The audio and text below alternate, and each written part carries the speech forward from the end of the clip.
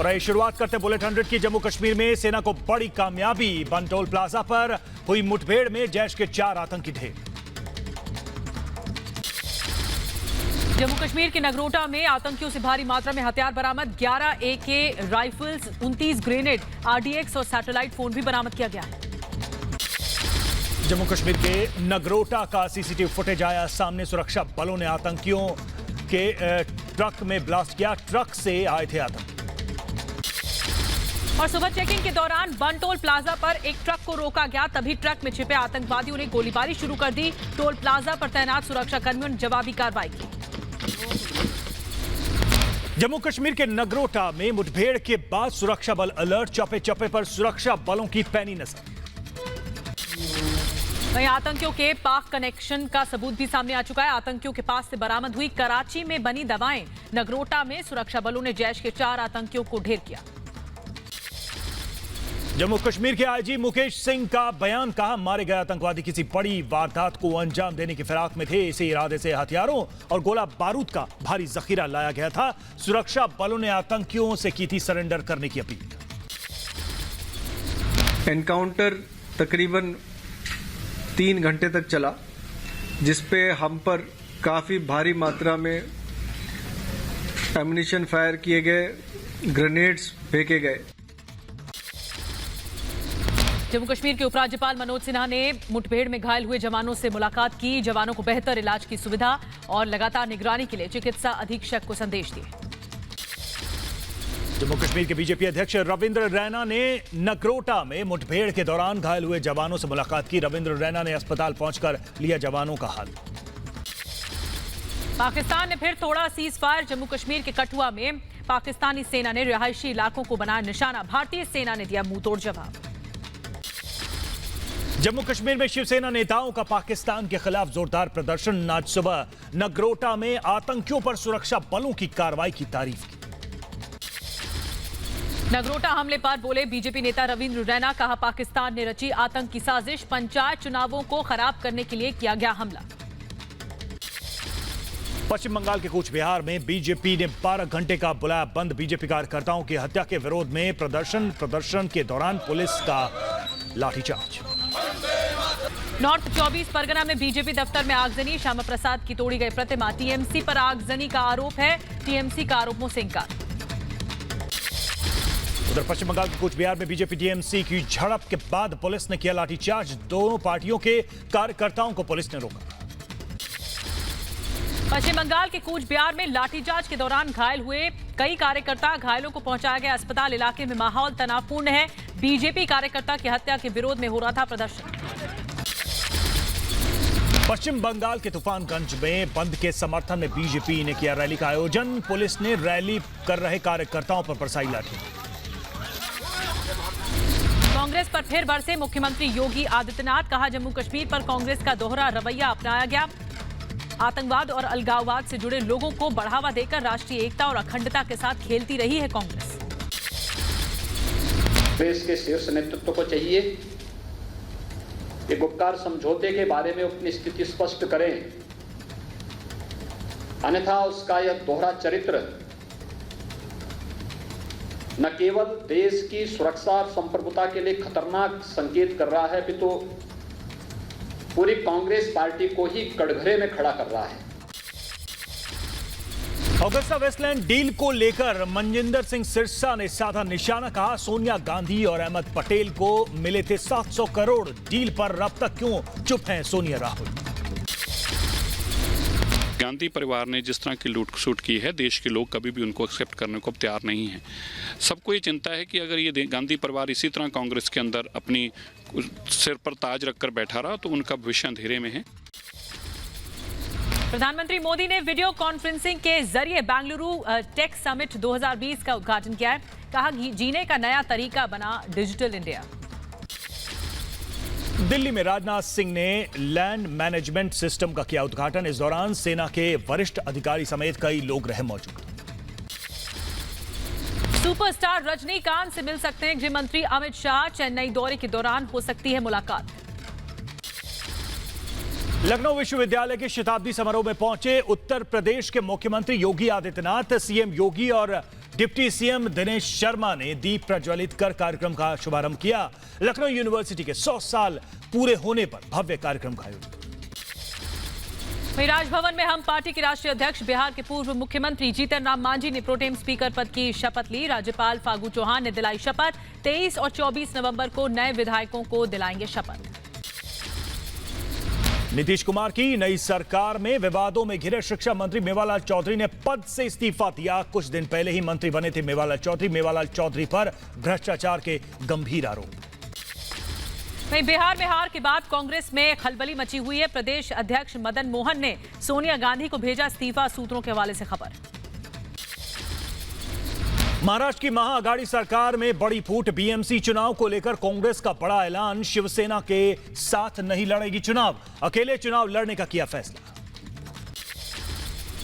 वहीं एनसीपी अध्यक्ष शरद पवार ने बुलाई पार्टी की बैठक। मीटिंग के लिए यशवंतराव चव्हाण समेत कई नेता मौजूद।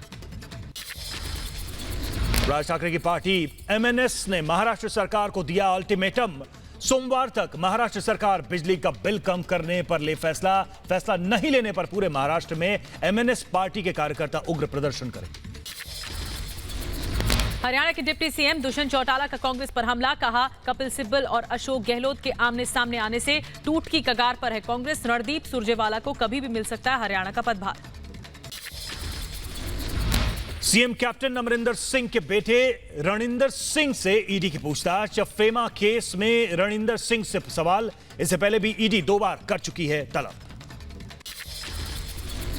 अलवर धर्मांतरण मामले पर अलवर एसपी तेजस्विनी गौतम का बयान। कहा, हमने मामले की एफआईआर दर्ज कर ली है। जिन लोगों पर आरोप है उनसे लगातार पूछताछ की जा रही है। दोषी पाए जाने पर सख्त कार्रवाई की जाएगी।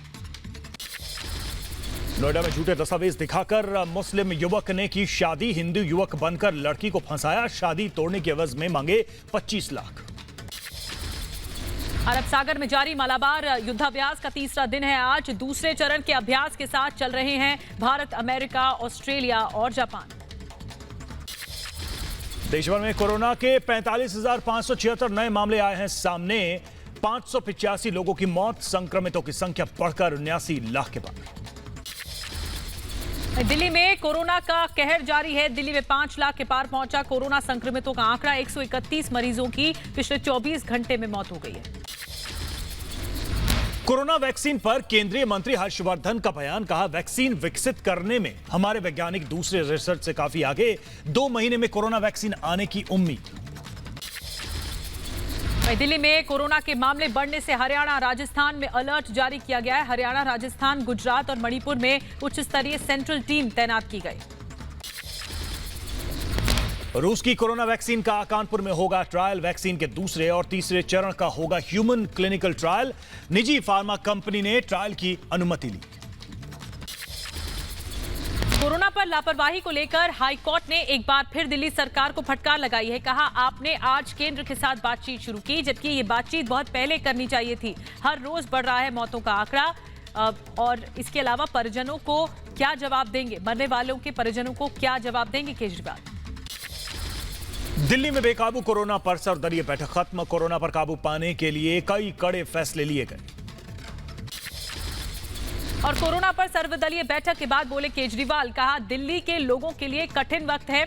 ये समय राजनीति का नहीं है। साथ ही कहा कि दिल्ली और केंद्र सरकार मिलकर 1413 नए आईसीयू बेड उपलब्ध कराएंगे। कोरोना के केसेस बहुत ज़्यादा बढ़ गए हैं। ये समय राजनीति करने का नहीं है। राजनीति करने के लिए तो पूरी जिंदगी पड़ी है। हम लोगों को थोड़े दिन के लिए राजनीति को साइड कर देना चाहिए। और दिल्ली में कोरोना के बढ़ते मामलों को लेकर दिल्ली सरकार का फैसला। मास्क न पहनने पर लगेगा 2000 रुपए का जुर्माना। पहले लगता था 500 रुपए का जुर्माना। दिल्ली सरकार के खिलाफ बीजेपी नेता विजय गोयल का हल्ला बोल। कहा, कमी छुपाने के लिए इंजन ऑफ, पॉल्यूशन ऑफ का ड्रामा कर रही है केजरीवाल सरकार। केजरीवाल सरकार को देना चाहिए इस्तीफा। दिल्ली कोरोना संक्रमित हो गई है। 5 लाख से ज्यादा केस हो चुके हैं। हर रोज 7000 केस आ रहे हैं। 131 मौतें एक दिन के अंदर हो रही हैं। और केजरीवाल जो हैं, दिल्ली के मुख्यमंत्री जो हैं, वो सो रहे हैं, ऑफ हैं एकदम। और दिल्ली बीजेपी प्रदेश अध्यक्ष आदेश गुप्ता का केजरीवाल पर हमला, कहा दिल्ली सरकार को जो काम करना चाहिए था वो नहीं हुआ। विज्ञापन में करोड़ों खर्च करती है दिल्ली सरकार, लेकिन जरूरत की चीजों पर नहीं लगाया पैसा। चंडीगढ़ में बस स्टैंड पर दिल्ली से आ रही सभी बसों के यात्रियों का कोरोना टेस्ट। अब तक 126 लोगों में से 6 लोगों की कोरोना रिपोर्ट पॉजिटिव आई है। बस स्टाफ का भी किया गया कोरोना टेस्ट। चंडीगढ़ का रॉक गार्डन समेत कई म्यूजियम आम जनता के लिए खोले गए। कोरोना के हालात के चलते लॉकडाउन के बाद से बंद था रॉक गार्डन। नियमों के साथ सरकार ने म्यूजियम और गार्डन खोलने की छूट दी। दिल्ली में केंद्रीय मंत्री डॉक्टर हर्षवर्धन ने फिक्की के कार्यक्रम में हिस्सा लिया। कोरोना के चलते हेल्थ केयर में आए बदलावों के बारे में की गई चर्चा। कर्नाटक में मंत्रिमंडल विस्तार पर बोले सीएम बीएस येदियुरप्पा का पार्टी के सभी नेताओं से की बातचीत, 2 से 3 दिन में साफ होगी स्थिति। दिल्ली के आईटीओ पर दिल्ली सरकार के खिलाफ बीजेपी का प्रदर्शन। दिल्ली में बढ़ते प्रदूषण को लेकर केजरीवाल सरकार के खिलाफ बनाए पोस्टर, लोगों ने जमकर नारेबाजी की। मुंबई में शिवसेना नेता की गुंडागर्दी का वीडियो आया सामने। मिठाई की दुकान के मालिक को दी धमकी, दुकान का नाम बदलने के लिए दी 15 दिन की मोहलत। सरकारी योजनाओं में रजिस्ट्रेशन के लिए डोर स्टेप डिलीवरी शुरू करेगी दिल्ली सरकार। डोर स्टेप सर्विस के लिए 1076 हेल्पलाइन नंबर जारी होगा। ऑफिस में लंबी लाइनों से मिलेगी राहत। आंध्र प्रदेश के विजयवाड़ा में केंद्र सरकार के खिलाफ घेरेबंदी करेगी लेफ्ट पार्टियां। विजयवाड़ा में 26 और 27 नवंबर को करेंगी विरोध प्रदर्शन। केरल के पूर्व मंत्री इब्राहिम कुंजू गिरफ्तार कर लिए गए। विजिलेंस विभाग को मिली 4 दिन की हिरासत। कोच्चि में फ्लाईओवर निर्माण में घोटाले का आरोप है। कोच्चि में केरल फ्लाईओवर घोटाले के खिलाफ सड़कों पर प्रदर्शन। डीवाईएफआई के कार्यकर्ताओं ने सरकार के खिलाफ की नारेबाजी। तमिलनाडु के रामेश्वरम में आईडीवाईयू के कार्यकर्ताओं का विरोध प्रदर्शन। तमिलनाडु बिजली विभाग में खाली पदों को भरने की मांग को लेकर दिया धरना। शिवसेना नेता संजय राउत के घर के बाहर प्रदर्शन। सुशांत सिंह राजपूत के समर्थकों ने किया संजय राउत का घेरा। तमिलनाडु के धर्मपुरी में कुएं में गिरी हथिनी। स्थानीय लोगों ने दी वन विभाग को जानकारी। दमकल कर्मियों ने कड़ी मशक्कत के बाद हथिनी का रेस्क्यू किया। दिल्ली में प्रदूषण स्तर में आई कमी। प्रदूषण में कमी आने से लोगों को मिली राहत। लोक आस्था के पर्व छठ पूजा का आज दूसरा दिन है। 4 दिन तक मनाया जाता है पर्व। घाटों को छठ पूजा के लिए सजाया गया। लखनऊ के गोमती घाट पर छठ पूजा की तैयारी। पूरे घाट पर धूमधाम से की गई छठ की तैयारियां। सोशल डिस्टेंसिंग का पालन कर सही से इसके इंतजाम को ठीक किया गया और लोगों से कहा गया है कि इन नियमों का पालन करें। लखनऊ में पूरी हुई छठ पूजा की तैयारियां। घाट पर सोशल डिस्टेंसिंग का रखा गया है ध्यान। दिल्ली में छठ पूजा पर सूना पड़ा यमुना घाट। कोरोना और प्रदूषण की दोहरी मार के चलते घर पर ही पूजा कर रहे हैं लोग। सभी लोगों को सीएम योगी ने छठ पर्व की शुभकामनाएं दी। साथ ही छठ पूजा को घर पर मनाने की हिदायत दी गई। दिल्ली के सफदरजंग रोड स्थित इंदिरा मेमोरियल पहुंची सोनिया गांधी। इंदिरा गांधी की जयंती पर दी श्रद्धांजलि। प्रधानमंत्री इंदिरा गांधी की 103वीं जयंती आज। राहुल गांधी ने दिल्ली के शक्ति स्थल पर अर्पित की पुष्पांजलि।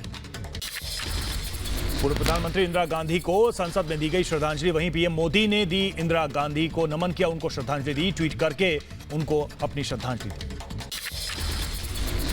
रानी लक्ष्मीबाई की जयंती पर प्रधानमंत्री मोदी का ट्वीट। लिखा, रानी लक्ष्मीबाई को कोटि कोटि नमन। उनकी शौर्य गाथा देशवासियों के लिए प्रेरणा है।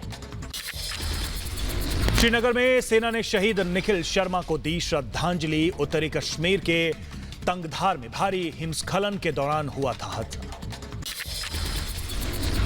बांदा बच्चों के साथ यौन उत्पीड़न मामले में सीबीआई को नहीं मिली रिमांड। 24 नवंबर को फिर से होगी सुनवाई। 50 से ज्यादा बच्चों के यौन शोषण का मामला है। भोपाल में पुलिस और ईरानी समुदाय के बीच झड़प। पुलिस की टीम पर किया पथराव। बचाव में पुलिस ने की कई राउंड फायरिंग। धोखाधड़ी के आरोपियों को गिरफ्तार करने पहुंची थी पुलिस। आगे बढ़ते मुंबई में सेफ्टी टैंक में गिरने से हादसा हो गया। सेफ्टी टैंक में 4 साल के मासूम की गिरने से मौत हो गई। दिल्ली पुलिस ने 2 शातिर बदमाशों को गिरफ्तार किया। बदमाशों से 2 पिस्तौल और जिंदा कारतूस बरामद। पश्चिम बंगाल के मालदा में प्लास्टिक फैक्ट्री में विस्फोट हुआ। हादसे में कई लोग घायल हुए। 5 लोगों की मौत बताई जा रही है। जिले के सुजापुर इलाके में यह हादसा हुआ। यूपी के मुरादाबाद में छेड़छाड़ से परेशान छात्रा ने किया सुसाइड। परिजनों ने युवक पर लगाया आरोप। पुलिस ने दर्ज की परिवार की शिकायत।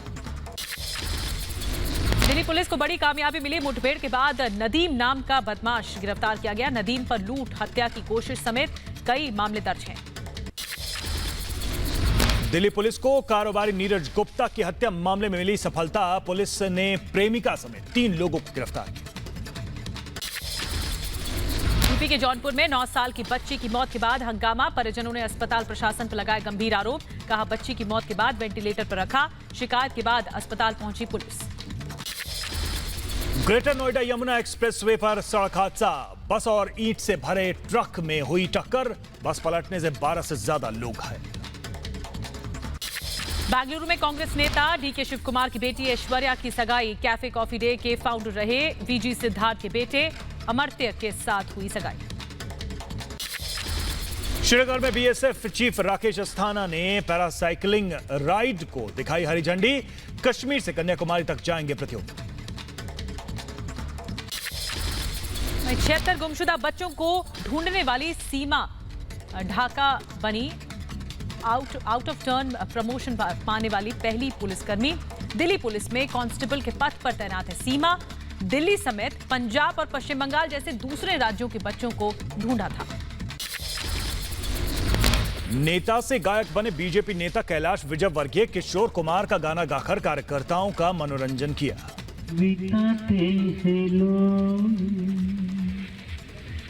दिन भी यहाँ तो। न्यूजीलैंड पुलिस पर भी चढ़ा बॉलीवुड का खुमार। बॉलीवुड के गानों पर थिरकते दिखे पुलिसकर्मी।